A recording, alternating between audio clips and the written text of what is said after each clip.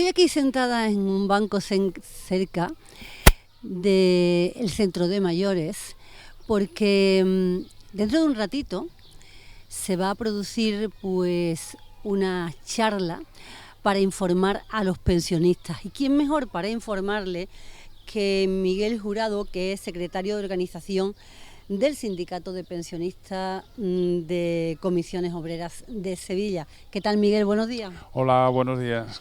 Bueno, en los últimos tiempos lo que es las pensiones han sufrido pues unas cuantas reformas que quizás en algún sentido los trabajadores y trabajadoras que se han jubilado, que están a punto de jubilarse, pues no tienen esa información por lo menos detallada, ¿verdad? Porque se habla muy ampliamente, ¿no? Pero al detalle se va muy poco. Efectivamente, yo creo que casi todo el mundo sabemos que ha habido un incremento en el valor de las pensiones en base a los acuerdos con el gobierno central, en la que se ha recuperado parte del poder adquisitivo que se había perdido anteriormente con los gobiernos del Partido Popular y que ahora pues eso se ha recuperado. Pero al margen de esa subida generalizada, igual que ha habido también incrementos en las pensiones de viudedad y en las pensiones mínimas por encima de lo que es el IPC, con lo cual esa recuperación que decía anteriormente pues se ha ampliado todavía más. Pero aparte de eso, pues hay otra serie de medidas que muchas veces se desconoce por parte de los pensionistas. Desde Comisiones Obreras de Sevilla y de Andalucía, lo que estamos intentando es, con esta serie de charlas en los centros de participación activa de la Junta de Andalucía, donde hay una gran parte de los pensionistas de Sevilla y de Andalucía, en los que tienen parte de su vida, la desarrollan aquí, pues queremos informar de todas estas subidas y estas variaciones que ha habido dentro de las pensiones y que en muchos casos pues no se está recibiendo porque no se solicita. Si no se solicita, evidentemente es que no se sabe, no han tenido información los pensionistas de ello. Efectivamente, y entonces por eso estamos haciendo esta serie de charlas y lo estamos centrando ahora mismo en tres aspectos que entendemos fundamentales. Uno es lo que se denomina el complemento de maternidad, que es un complemento que se creó en la época siendo el presidente Mariano Rajoy y que solo iba dedicado a las mujeres. Gracias a una sentencia del Tribunal Europeo se dijo que era discriminatorio y que tenían el mismo derecho hombres y mujeres. Entonces las mujeres sí lo han recibido siempre, pero los hombres si no lo solicitan no lo reciben. Entonces, los pensionistas que se han jubilado entre el 1 de enero del 2016 y el 4 de febrero del 2021 si tienen 2 o más hijos, tienen derecho a recibir ese complemento de maternidad. Ese complemento consiste en un incremento en la pensión entre un 5 y un 15% en función del número de hijos, 2, 3, 4 o más. Y eso hay que solicitarlo. Y lo tiene que solicitar el hombre y es indiferente que la mujer lo esté cobrando. ¿Lo pueden cobrar los dos? Los dos sin ningún problema. Con lo cual estamos hablando de un incremento de las pensiones, que hay mucha gente, y vuelvo a decirlo, el que no lo solicita no lo va a cobrar. Con lo cual es imprescindible esa solicitud. Es un modelo que tiene la Junta de Andalucía colgado en Internet y que se puede hacer muy fácilmente. Ese complemento se sustituyó a raíz de esa sentencia que he dicho por otro complemento que es el que está ahora mismo en vigor, que es el complemento de la brecha de género, que empieza a funcionar a partir del 4 de febrero del 2021, que es cuando finaliza el anterior. ¿Qué es lo que ocurre? Que acabamos de tener hace 15 días, 3 semanas, una sentencia del Tribunal Europeo que vuelve a decir que sigue siendo discriminatorio. Básicamente, se podía cobrar las mujeres siempre que tuvieran a partir de un hijo, lo podían y lo estaban cobrando y lo hace la Seguridad Social automáticamente, pero los hombres tenían que tener un vacío de cobertura, dejar de haber cotizado durante 2 años. Eso era casi imposible. Ahora hay una sentencia del Tribunal Europeo que dice que es discriminatorio y ahora resulta que los hombres también tienen derecho a cobrar ese complemento de brecha de género. Pero aquí, igual que anteriormente decíamos que era indiferente y que tenían derecho el hombre y la mujer, aquí solo tiene derecho uno. Bien sea el hombre o la mujer. El que tenga una pensión menor. Claro. El que tenga una pensión menor es el que tiene derecho. Nosotros entendemos desde Comisiones Obreras, estamos informando, pero hay un problema de fondo en el cobro de las pensiones, y es que hay una diferencia entre las pensiones de los hombres y de las mujeres de casi la media de casi 400 euros de diferencia. O sea, hay una brecha de género en las pensiones tremenda. Creemos que eso hay que modificarlo y sustituirlo, lo que no se está haciendo bien. Entonces tenemos que buscar soluciones adecuadas, y eso es lo que le estamos pidiendo al Gobierno con el complemento ahora de brecha de género. Creemos que lo que se genera es lo contrario, no solo no se aminora esa brecha de género, sino que se amplía, porque al cobrarlo los hombres igual que las mujeres, y siendo un porcentaje, pues está aumentando. Entonces, lo que queremos es que se solucione y que se haga bien. Pero tenemos que informar del derecho que tienen los hombres, en este caso básicamente los hombres, a cobrar tanto el complemento de maternidad, si te has jubilado, entre el 1 de enero del 2016 y el 4 de febrero del 2021, como el de la brecha de género, si tienes una pensión menor a la de tu mujer o tu mujer no está cobrando el complemento. Y esos son los dos aspectos que estamos haciendo. Y luego hay otro, que ya no tiene nada que ver con esto, que no sé si lo estoy siendo muy rápido, pero se está entendiendo perfectamente. Se está entendiendo, que es el tema de las mutualidades. Todos los trabajadores y trabajadoras que trabajamos antes del año 76 cotizamos a las mutualidades. La mutualidad era, digamos, como la seguridad social, pero de otra manera, y esa cotización no nos dejaban desgravarla en Hacienda. Entonces hay una sentencia del Tribunal Supremo que dice que todos aquellos trabajadores y trabajadoras que hayan cotizado anteriormente a esa fecha, hayan cotizado a las mutualidades, tenemos derecho a reducir la base imponible en la declaración de Hacienda en el valor, el 25% en este caso, en el valor que se nos diga por parte de la Seguridad Social en función de los años que hayamos cotizado a esas mutualidades. Eso hemos llegado ya a un acuerdo con Hacienda y se está aplicando en el año actual, y en el año pasado ya también se empezó a aplicar. Pero 4 años atrás llegamos a un acuerdo para que se rellenara un formulario y se solicitaran los 4 años de retroactividad que Hacienda concede en las declaraciones. ¿Qué es lo que ocurre? Que hubo una ley a final de diciembre que modificó eso por parte del Gobierno, del Ministerio de Hacienda, y se nos obligaba a reclamarlo año a año y cada año. Hemos vuelto a llegar a otro acuerdo y hemos conseguido que ahora mismo hay que volver a rellenar un formulario, aunque ya lo hubiéramos rellenado anteriormente, para solicitar los 4 años, y se supone que dentro del año 2025 se nos abonará esa retroactividad de los 4 años de la declaración de las mutualidades.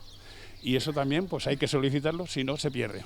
El tema de tener que solicitar todas estas cuestiones que has expuesto, Miguel, es un tema que si no se tiene información, pues el Gobierno se beneficia de ello, puesto que si no se solicita no te lo van a pagar. Evidentemente, entonces por eso estamos haciendo estas campañas y estamos intentando, todo esto es gratuito, todo esto para que nadie piense mal, y nosotros lo que pretendemos es que los derechos, y te lo decía antes, ¿no?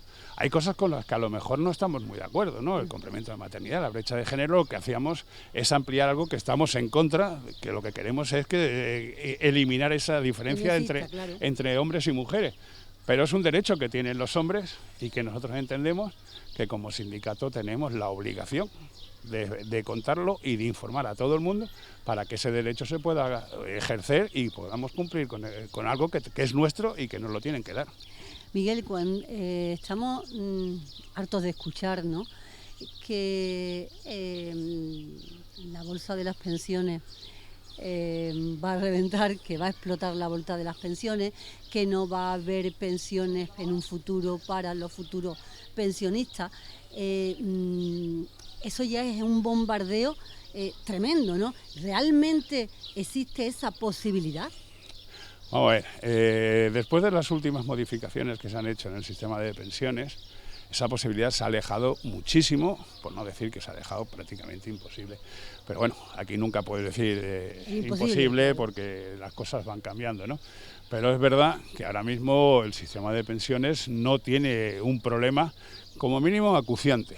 es verdad que se ha incrementado la imposición que hacen empresarios y trabajadores, y gracias a eso se incrementa el dinero que hay para las pensiones, y con ello se soslaya pues parte de esas dificultades que decían algunos, que en muchos casos se exageran, porque aquí hay muchos intereses y hay muchos miles de millones detrás, y está claro que las empresas privadas, los bancos que tienen planes de pensiones privados, pues les interesa mucho que ese dinero pues vaya a otras manos y que se maneje por otra gente, ¿no? Nosotros desde el sindicato yo creo que se ha conseguido paliar eso, y sobre todo además poner en valor que el sistema de pensiones no tiene por qué tener ningún problema, y no lo tiene, y además algo que seguimos reclamando y que debe de mejorarse es que con el dinero que aportamos empresarios y trabajadores al sistema de pensiones se pagan, pensiones que no emanan del mundo laboral y que tenían que estar, fuera del sistema de pensiones público en cuanto a lo que es el mundo laboral, y que tenía que ser el Estado el que estuviera cubriendo esa parte de las pensiones. Pero aún así, ya ahora cualquier cálculo que se está haciendo, salvo los que quieren ser muy pesimistas, que en el baby boom, bueno, el baby boom casi lo tenemos ya aquí encima. Lo tenemos ya lo tenemos, efectivamente, y las pensiones no tienen ahora mismo ningún problema, y lo estamos viendo con los incrementos que ha habido este año de reconocer el IPC, y que no tenemos un problema ni que de fondo ni en un futuro cercano. Imposible, vuelvo a decir, no hay nada. Pero que no lo vemos, desde Comisiones Obreras, no vemos que haya ningún problema en el futuro del sistema de pensiones público. Y entonces hemos de seguir avanzando en el sistema de pensiones público, y que además garantice a los pensionistas que su vida, cuando ya estamos terminando esa fase de nuestra vida, pues podamos hacerla en bienestar, con salud, porque se mejore también la sanidad, que es otro de los aspectos prioritarios que necesitamos los pensionistas. El sistema de salud en Andalucía es deficitario absolutamente. Que se mejore también el sistema de dependencia, que en Andalucía también vuelva a ser un desastre. Somos la peor comunidad. Eso está fatal, están años esperando. La peor, 600 días prácticamente es lo que se espera, cuando tenían que ser como máximo 180 días. Y la media está en 260 días en toda España, y en Andalucía estamos casi en 600 días. Somos la peor comunidad. En sanidad somos la penúltima peor comunidad en cuanto a la aportación de la Junta de Andalucía por habitante al sistema de sanidad. Con lo cual es imprescindible ese mantenimiento de las pensiones, del poder adquisitivo de las pensiones, es imprescindible mejorar la sanidad, es imprescindible mejorar la dependencia, y en su conjunto es imprescindible mejorar los sistemas públicos del estado de bienestar, no solo para los pensionistas, sino para toda la población. Pero los pensionistas creemos y tenemos el derecho de recibir en esta última época de nuestra vida una atención digna y que nos permita una vida activa y con un estado de bienestar. También se habla mucho de que las pensiones, hay muchísimas pensiones muy altas que incluso son pensiones que superan en mucho lo que ahora mismo puede cobrar un trabajador. Pero se habla de esas pensiones, pero yo creo que la mayoría de las pensiones que hay en España, como los sueldos han sido unos sueldos bajitos, no pueden tener esas pensiones tan altísimas. No, hay pensiones, la pensión máxima está topada, con lo cual es una pensión que es, entre comillas, minoritaria. La pensión media en España está, me parece que son en 1.300 y algo euros. En Andalucía está por debajo, en 1.200 algo, la pensión media. Pero luego es que hay infinidad de pensiones, miles y miles y miles de pensiones, que son de 700 euros, de 800 euros, pensiones no contributivas que son 400 y pico euros. Y eso es lo que hay en la inmensa mayoría. Y hay otras pensiones que son la pensión máxima, pero ojo, para tener esa pensión has tenido que cotizar durante 40, 45 años, haber cotizado muy por encima de lo que es el baremo medio de los salarios, y estamos hablando, no te puedo decir un número exacto porque no lo he mirado, pero... Un tanto por ciento bastante bajo. Pero ¿no? Es un tanto por ciento, a lo mejor de un 4 o un 5% de las pensiones que hay en Andalucía, con lo cual no podemos coger de la anécdota y querer hacer una ley, por decirlo de Ahora alguna mismo están ofertando a los nuevos pensionistas distintas posibilidades a la hora de jubilarse, ¿no? Evidentemente, y esto es sabido y lo vemos, ¿no? Que 65, 66 años, hace 20 años no es lo mismo que ahora, ¿no? Entonces están ofertando el poder continuar y sobre todo también los trabajadores que no sean un trabajo, todos los trabajos no se pueden continuar, ¿no? Porque un hombre de campo no es lo mismo, un albañil no es lo mismo, un ferrallista tampoco, en fin.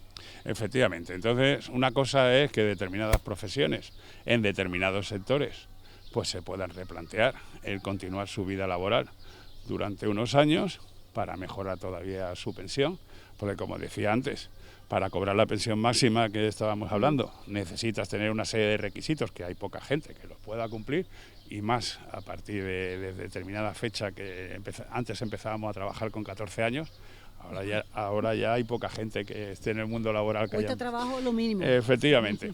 Y entonces, y algo que también yo creo que también hay que valorar, yo creo que esa es una opción que está ahí, para determinadas profesiones. En cambio hay otras que a lo mejor lo que nos tendríamos que replantear y que se está replanteando, y por parte de Comisiones Obreras lo estamos solicitando, que estar trabajando con 65 años, no sé, días de calor como hoy, pues en la construcción o en otros sitios, es un riesgo para la salud y para la vida de esos trabajadores y esas trabajadoras, ¿no? Hay otras profesiones, como puede ser la de conductor, que con 65 años pues estás también poniendo en riesgo, efectivamente. Quiero decir que hay profesiones que habría que estudiar, igual que hay unas que puede alargarse la vida laboral, yo creo que hay otras que debería plantearse el acortar, y sobre todo lo que tenemos que plantearnos es que hay muchos jóvenes también que no tienen trabajo. Y entonces, aunque ahora mismo la tasa de desempleo ha disminuido muchísimo desde que tenemos este gobierno, pero igualmente seguimos teniendo una alta tasa de desempleo en el mundo juvenil, y que eso también tiene que haber esa rotación y esa modificación lógica, pero que no estamos en contra ni muchísimo menos de que se pueda alargar esa vida laboral en determinadas profesiones y en determinados... Quizá un poco más, ya un poco personalizado, ¿no? Porque hay determinadas profesiones, como ha dicho Miguel, que es imposible. Yo ya veo largo hasta los 65 años, ¿eh? Se ve largo hasta los 65 años. Sí. Muy bien, pues le agradezco mucho que nos haya atendido, ¿eh? A su disposición. Y muchísimas gracias por dar esta información a través de Televisión Futuro, y información que va a dar también el CPA, ¿vale? Pues muchísimas gracias a vosotros por estar, y a vuestra disposición cuando queráis. Muchísimas gracias. Buenas tardes.